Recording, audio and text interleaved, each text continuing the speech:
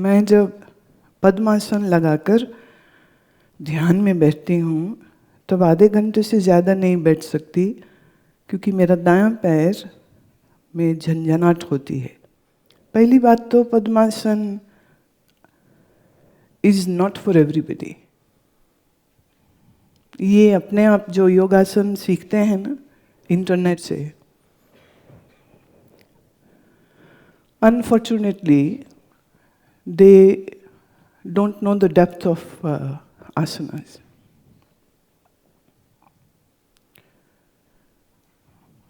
जो योगी 125 वर्ष जिया हो तो उसका लाइफ एग्जाम्पल है, तो वो जो कहे उसमें कुछ दम होना चाहिए ना। तो उनका ये कहना था कि स्त्री जिसने अभी बच्चे को जन्म देना है उसको तो पद्मासन बिल्कुल नहीं लगाना चाहिए। बहुत इच्छा हो तो अर्ध पद्मासन। Padmasan is not advised for women. It is not something discriminative, but it is involving the biological, anatomical structure of the woman. Her ovaries will get pressed with her heels. पहली बात, पद्मासन जिसे आप समझते हैं कि हमने लगा लिया, sometimes it is an incomplete one. The heel should be coming right on the lower pelvic girdle, and if you place it there, then it is going to press upon the ovaries on the left and the right. So left heel and the right will press against the ovaries, and in period of time, the functioning of the ovaries will get hampered. तो उसकी तो आवश्यकता भी नहीं है।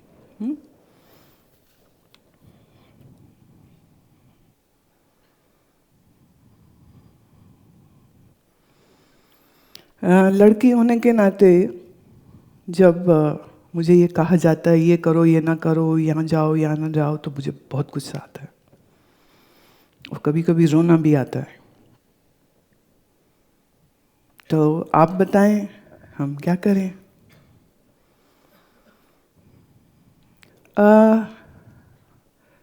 जो मना करते हैं वो कभी कभी आपके हित में सोचते हैं, इसलिए ऐसा करते हैं। जमाना खराब है ऐसा बोल देते हैं ना। है भी नहीं है, अभी सुन रहे थे ना जो वर्कशॉप हुई है आपके लिए, how your own phone can be used against you.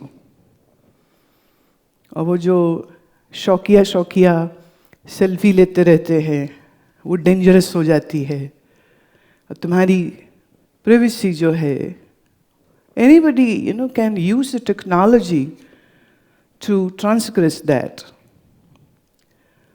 So मैं ये भी मानती हूँ कि हमारे आसपास लोग बहुत जल्लाद होते जा रहे हैं। पहले एक लड़की पूरे गांव की लड़की होती थी,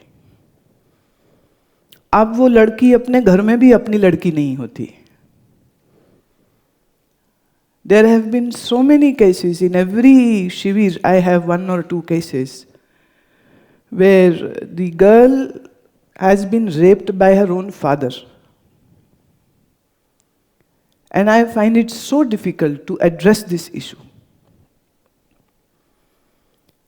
So I have to give her the dignity and privacy, but still I wish to help that girl to come out of that atrocity which none other but her own father has done. तो morality की हालत तो ये हो गई है। आपकी बहन को कोई छेड़े तो खून खौल जाता है, और जब तुम जाके किसी लड़की को छेड़ रहे हो तो वो भी किसी की बहन है। और फ्रेंडशिप के नाम पे, डेटिंग के नाम पे, the misuses of the relationships is happening so often. क्या है, आप इस young body, the younger body has so much of hormones, playing the game. कोई नहीं कहता लड़के को कि लड़की को देखो, उसके हार्मोन्स काम कर रहे हैं.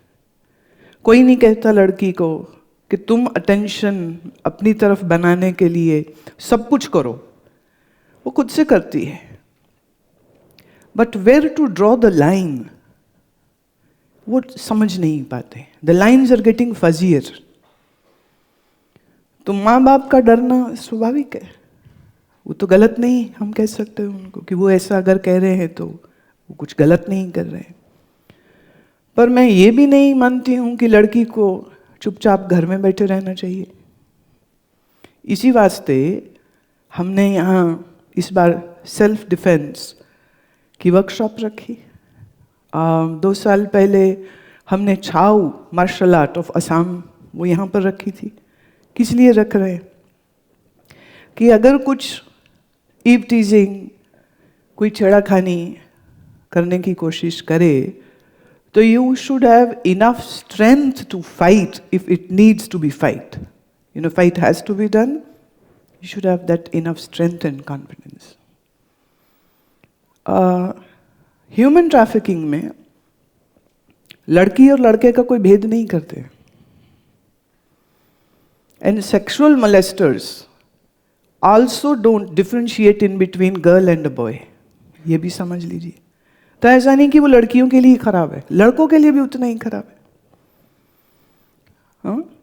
तो हमारे में इतना बल होना चाहिए, हमारे में इतनी अच्छी ट्रेनिंग होनी चाहिए.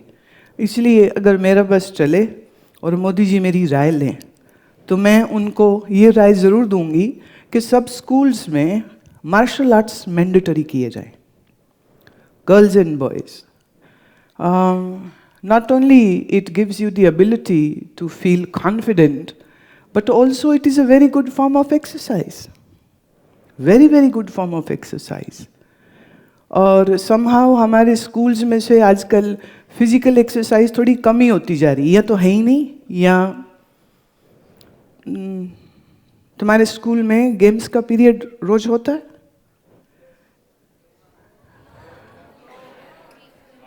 हफ्ते में एक बार. तो उसमें क्या खेलते हो? बास्केटबॉल, फुटबॉल, आती volleyball.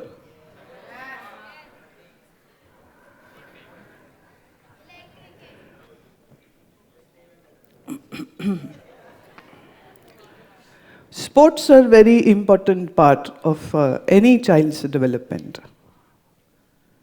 And after school, most of the times, children are on some iPad or some mobile or some video games. तो जो physical activity होनी चाहिए वो थोड़ी सी compromised है.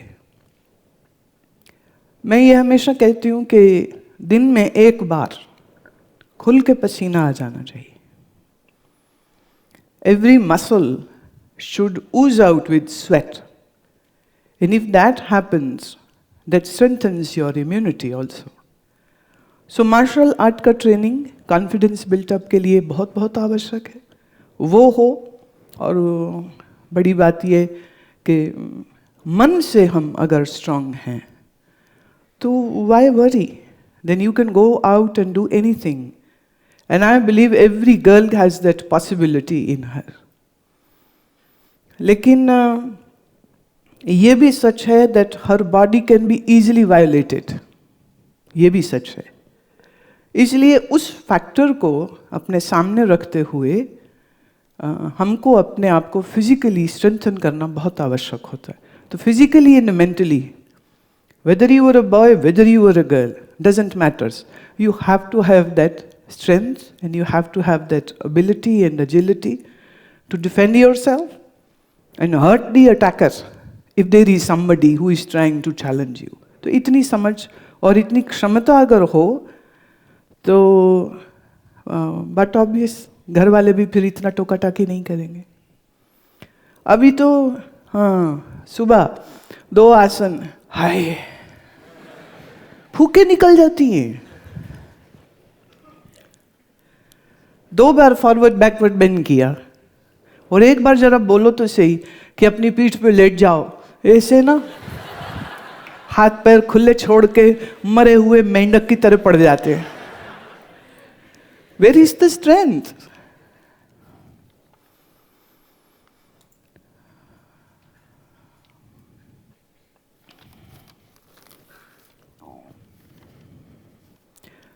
प्रज्ञान।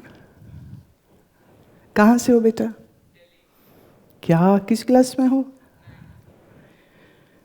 लिखते हैं मेरी समझ में ये नहीं आता मैं क्या बनूं, मैं जो देखता हूं मैं वही बनने की इच्छा कर लेता हूं।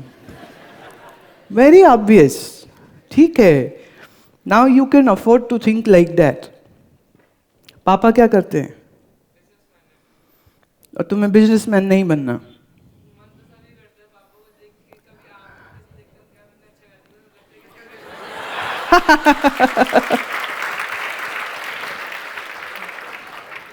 अच्छा, मेरा अच्छा गाना सुन के तुम्हें लगता है तुम गाना सीखो,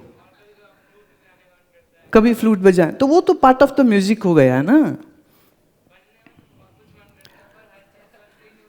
नहीं नहीं नहीं नहीं, दिल अच्छा तो बहुत सी चीज़ों को महसूस करेगा, और जो आर्ट एंड क्राफ्ट है तो पूरी जिंदगी सीखने के लिए है, वो तो है ना, उसमें तो कोई दिक्कत नहीं है। म्यूजिक सीखो, उसमें फ्लूट सीखो, और सितार सीखो, गिटार सीखो, लेकिन कुछ भी सीखना मतलब you need to put lot of effort into that. अब जैसी बांसुरी वो आज बजा रहा है, ऐसी बांसुरी बजाने के लिए कम से कम 10 घंटे की रोज की प्रैक्टिस थी इसकी। तो स्कूल जाते हुए शुरू कर लिया था उसने। और किसी भी सक्सेसफुल म्यूजिशियन, अच्छा जो है म्यूजिशियन, उसकी आप लाइफ पढ़ेंगे, they have worked really really very hard. जैसे तबला नवाज जाकिर साहब का कहना था कि उनके पिताजी उनको पतंग नहीं उड़ाने देते थे। क्यों? उंगली कट जाएगी, कट गई तो फिर तबले की टंकार कैसे आएगी? तो बोले जब बाकी बच्चे पतंग उड़ाते थे मैं बड़ा दुखी होता था, पर अपने अब्बा मियाँ के डर से चुपचाप देख लेता था, पर पतंग नहीं उड़ाई मैंने। तो वो दुख है, पर जब आज तबला बजाता हूँ और सुनने वाले मेरे श्रोता पतंग की तरह उड़ते हैं, तो लगता है कि मैंने कुछ गंवाया नहीं है। So there are a lot of sacrifices and hard work goes into do anything. Whatever you wish to do, you can do anything, प्रज्ञान। अभी सब अच्छा लग रहा है, let it be so. आगे की चिंता काहे करते हो? अभी 9वीं में हो, 1 year more, you can goof around. It's okay. आगे की चिंता, बाबा हो गया है तू, हैं 70 साल का, आगे की चिंता करूं अब मैं? 9वीं में हो, हाँ, इतनी चिंता मत करो। प्रॉब्लम अगेन, हमारी सोसाइटी ने क्या कहा? दौड़ो बेटा दौड़ो, आगे निकलो। अब किससे आगे निकलो? रिजल्ट आया मोनू का, मोनू हो गया फेल। मम्मी ने उठाया जूता, हो गई पिटाई शुरू। तो मोनू मार खाते खाते कहता है मम्मी मेरी क्लास में सारे ही फेल हुए हैं। कहती ले काका पहले बोलना सी। उसने जूता छोड़ दिया। जब सभी फेल हो गए तो मैं मेरे पुत्र को क्यों मारूं जूता? फिर वो पूछती अच्छा वो तेरा कजन बंटी दूसरे सेक्शन में था, उसका क्या हुआ? कहते जी वो पास हो गया, उसे फिर जूता उठा लिया। बीमारी है ये। क्यों आना आगे सबसे? क्यों पीछे छोड़ना है सबको? बोले जी जो जीतेगा वो सिकंदर, जो हारेगा वो बंदर। हमको बंदर नहीं बनना है। तुम बंदर बन भी नहीं सकते हो, क्योंकि शक्ल इंसानों की, करतूत मत बंदरों वाली करो।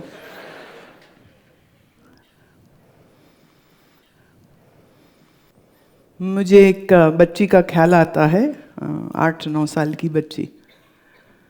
स्कूल में टेस्ट था, 10 में से उसे 0 मिला, सेकेंड स्टैंडर्ड में। तो वो घर आके अपनी माँ को कहती, mom I got a moon, मुझे चन्ना मिला है गोल। मिला क्या था? और वो क्या कह रही है? मून मिला मुझे। तो किसी और दूसरे दिन क्लास टेस्ट हुआ तो उसने अपनी कॉपी में खुद ही स्टार्स बनाए। आजकल स्टार्स दे देते हैं ना छोटे बच्चों को। तो वो 10 स्टार्स बना के ले आई। माँ कहती 10 स्टार्स वाला तो तेरा काम नहीं है, ये क्या है? कहती पागल है, कम दिए थे, बाकी मैंने खुद बना लिए। मेरी कॉपी में है, मैं देखूंगी, मैं खुश हो रही हूं। How does it matter who made it? The stars are there, so see the stars and be happy. पढ़ाई जब हमारे ऊपर बोझ हो या हम सिकंदर होना चाहते, जो सिकंदर होना चाहते हैं वो जरूर बंदर बनेंगे। But hard work always page, and when you will do the hard work in time, actually you know what happens is, those who are doing anything for a reward and an award means they are not enjoying what they are doing. If you enjoy what you do, then it is a reward on its own way. अब ना हम कभी बड़े ही नहीं होते, वो छोटे बच्चे। एक पोएम याद कर ली स्कूल में, ट्विंकल ट्विंकल लिटिल स्टार। मम्मी आई तो मम्मी को कहती, मैं पोएम सुनाऊं? मैं सुनाया उसने, ट्विंकल ट्विंकल लिटिल स्टार, पूरे एक्शंस के साथ। वो विजुलाइज तुम खुद कर लो। अच्छा सुना ली, मम्मी ने तालियां बजाई, सो स्वीट सो स्वीट। फिर शुरू हो गई, बोले ठीक है। अब फिर शुरू हो गई और फिर कहती आप ताली क्यों नहीं बजाया? बोले कब तक सुनेंगे हम। फिर वो कोई और ढूंढती है, फिर कोई और ढूंढेगी, क्योंकि हमने उसको वो जो एक आर्टिफिशियल बूस्टअप दिया, बहुत अच्छा किया, बहुत अच्छा किया, बहुत अच्छा किया, वो ऐसी सुनने की आदत हो जाती है कि हम हमेशा तरसते ही रहते हैं, कोई तो बोल दे अच्छा किया, कोई तो बोल दे अच्छा किया। ये जो एक नीड बन जाती है, ये जो एक ग्रीड अंदर आ जाती है, वो हमको कभी चैन से जीने नहीं देती। थोड़ा सा जिंदगी का मजा लेना सीखिए। और जिंदगी का मजा इसमें नहीं है कि आपका गाना सुन के कितने लोगों ने ताली बजाई या आपको सर्टिफिकेट मिला। अच्छा वो मेडल देते हैं, gold medal, bronze medal, silver medal, पागल हो जाते सब लोग। और मेडल्स के चक्कर में सारी दुनिया पड़ी हुई है। और जब भारत सरकार अवार्ड देती है तब भी बड़े लोग भी पागल हो रहे होते। मुझे लिटरेचर के लिए मिला, मुझे मेरे मेडिकल प्रोफेशन के लिए मिला, so best teacher of the country, best doctor of the country, Padma Bhushan, ऐसे सिविलियन जो हाईएस्ट अवार्ड्स हैं। Sometimes if you have good contacts with political leaders, they can recommend your name. And then many undeserving people also get it, and many deserving people don't get it. So अगर वो कागज का टुकड़ा, वो प्रशस्ति पत्र नहीं मिला, तो क्या उस लेखक की, उस संगीतकार की वैल्यू कुछ नहीं थी? क्या हमारी वैल्यू एक कागज के पर्चे से देखी जाएगी? मुझे मुल्ला नसरुद्दीन का एक किस्सा याद आ रहा। उसका बचपन का दोस्त मिलने आया घर, तो उसके ड्राइंग रूम पे ना पूरी दीवार पे अवार्ड्स, मेडल्स टंगे हुए, hockey, badminton, volleyball, this that, swimming, archery. दोस्त बड़ा हैरान हुआ कि स्कूल में तो ये कद्दू होता था, ये कौन से अवार्ड इसको मिल गए? तो तो उसने पूछा कि मियाँ ये अवार्ड कब मिला? बोले मिला क्या? दिल्ली गया था, चांदनी चौक में, वहाँ एक गली है जहाँ अवार्ड बनते हैं। मैंने सारे अवार्ड मेडल खरीदे, एक बंदा पकड़ा, उसने मेरे सर्टिफिकेट बनाए, एक फोटोग्राफर पकड़ा, वो मेरे को इनाम देते हुए किसी नेता, किसी अभिनेता, किसी पॉलिटिकल लीडर के साथ वो फोटो जोड़ दिए। और तो और अमेरिकन प्रेसिडेंट बिल क्लिंटन भी दे रहा है। बोले ये तुम्हें काहे का मिला? बात वो करो जो हजम भी हो जाए। कह रहे देखो मिली नहीं मिली, मुझे फील लेनी थी, वो ले ली मैंने। इंपॉर्टेंट मिलना नहीं है, इंपॉर्टेंट वो फील लेना है।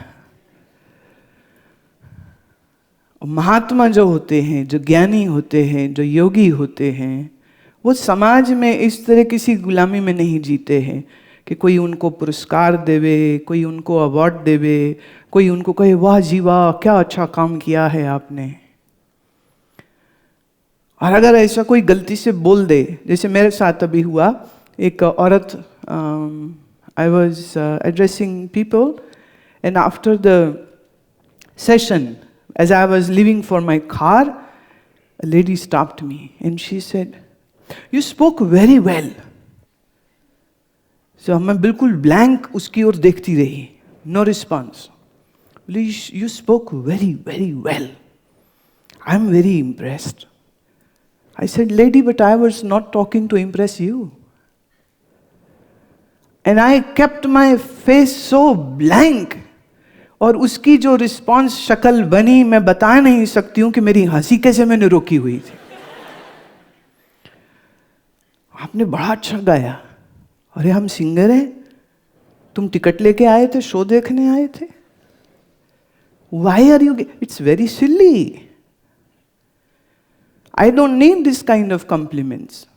कभी कभी जब लोग ऐसा हल्की फुल्की बात करते हैं, मैं सुन लेती हूँ, कभी कभी रिस्पॉन्ड भी कर देती हूँ, but most of the times I feel that I speak because I like to share what I know, and I sing because I love singing, not for a reason that somebody should say बड़ा अच्छा गाते हो या कोई पुरस्कार मिलता हो।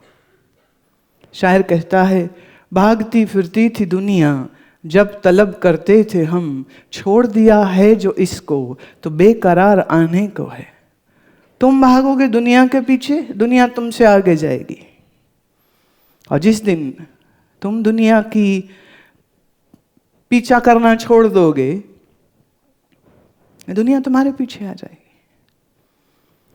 इसलिए जो भी करो, पढ़ाई या कोई कैरियर का चॉइस करना है, कि साइंस पढ़ना है कि आर्ट्स पढ़ना है, कि आपको कॉमर्स में जाना है या आपको एक सिंपल प्लम्बर बनना है। You know, Einstein on his deathbed, somebody asked, "Sir, if you are born again, what would you like to be? A scientist again?" Einstein said, "Never. I would like to become a plumber, not a scientist. It is a hell of headache." America ने Japan पर जो atomic bomb छोड़ा और कितने लोग मरे, Einstein felt so sad and unhappy because he was the one who had given this technology. And his technology became a reason of more than 100,000 people getting killed. And even today in Japan, the children are not fully normal. The people of those areas, they still have those, these after effects are still being felt over there. And Einstein was so sad कि मैंने नहीं बनाया होता तो इतनी बड़ी त्रासदी नहीं होती।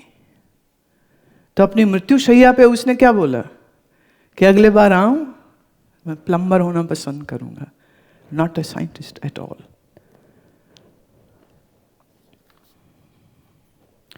कोमल मेहरबानी,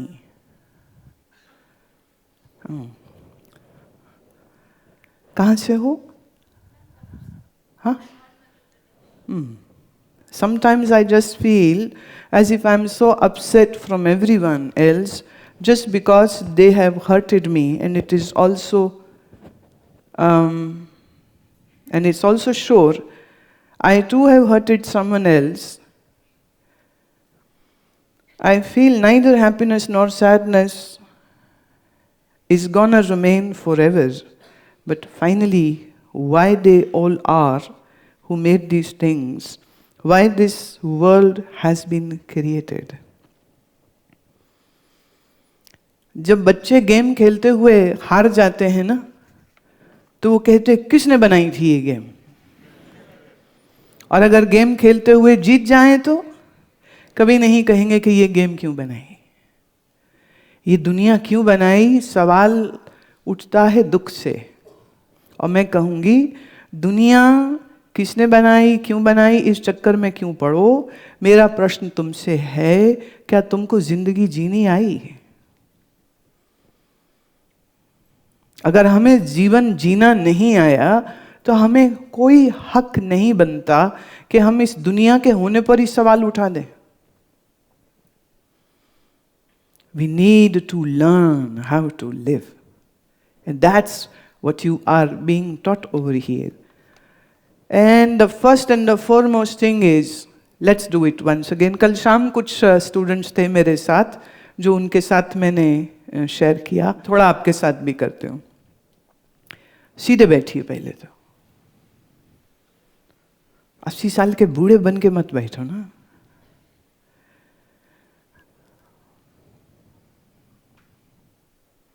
अगर सब ईश्वर से है और मैं भी ईश्वर से हूं, और ईश्वर का स्वरूप सत्यम शिवम सुंदरम है, तो इसका मतलब मैं भी सत्य, शिव और सुंदर हूं। And for a moment feel I am beautiful. Say it to yourself, I am beautiful, I am divine, I am great in my wisdom. I am a spiritual being. The world is just an illusion. The world is just a leela. And I'll play this role very well.